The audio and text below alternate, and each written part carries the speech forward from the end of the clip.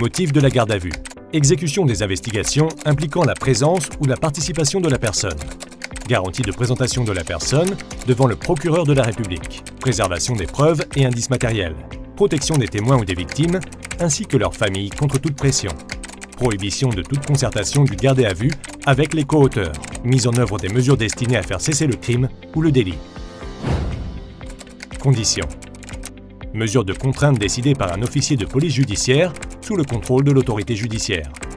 Personne suspectée d'avoir commis un délit ou un crime.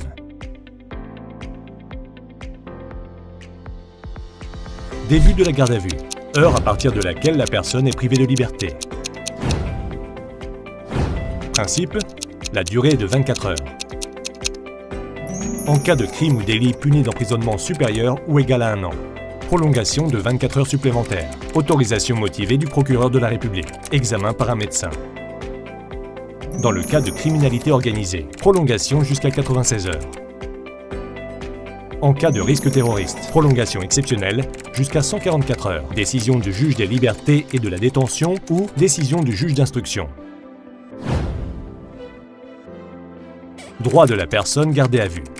Droit à l'information de son placement en garde à vue. Droit de prévenir un proche et son employeur ou les autorités consulaires de l'État dont elle est ressortissante. Droit d'être examiné par un médecin au plus tard dans les 3 heures suivant la demande. Droit d'être assisté par un avocat dès la première minute de la garde à vue. Possibilité d'entretien pendant 30 minutes avec un avocat, mais également de l'assistance de ce dernier pendant toute la durée de la garde à vue. Dans certaines affaires complexes, le procureur de la République peut demander à ce que l'intervention de l'avocat soit différée de 12 heures, voire 72 heures, dans les affaires de terrorisme. Droit d'avoir un interprète. Droit de consulter les PV et le certificat médical. Droit de présenter des observations au procureur de la République ou, le cas échéant, au juge des libertés et de la détention. Droit, lors des auditions, après avoir décliné son identité, de faire des déclarations, de répondre aux questions qui lui sont posées ou de se taire.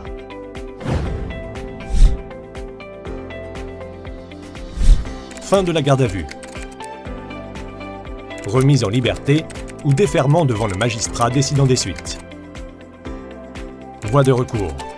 Possibilité de soulever les causes de nullité in limine litis au cours de l'audience statuant sur la culpabilité du gardé à vue.